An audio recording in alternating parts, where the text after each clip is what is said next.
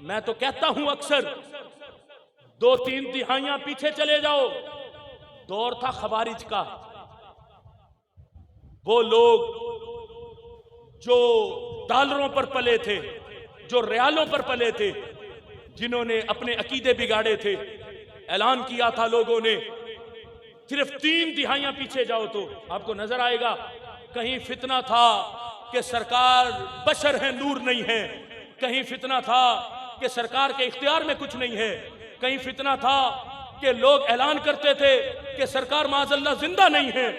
ऐसी बातें, और अल्लाह के फजल से हमारे उलमा ने उन लोगों को, खवारिज को, नाको चने चबवाए। अब उठाओ तकरीरें हजूर गजाली ज़मा की, उठाओ तकरीरें हजूर पीरे तरीकत की, उठाओ तकरीरें मौलाना शफी उकाड़वी की, उठाओ तकरीरें मौलाना इनायतुल्लाह सांगला हिल वाले की। इन सारों की तकरीरें उठाओ और सुनो कैसा रौंदा इन्होंने खवारिज को, और रौंद कर मसलक अहले सुन्नत की हकीकत को अल्लाह के फजल से हम तक पहुंचाया।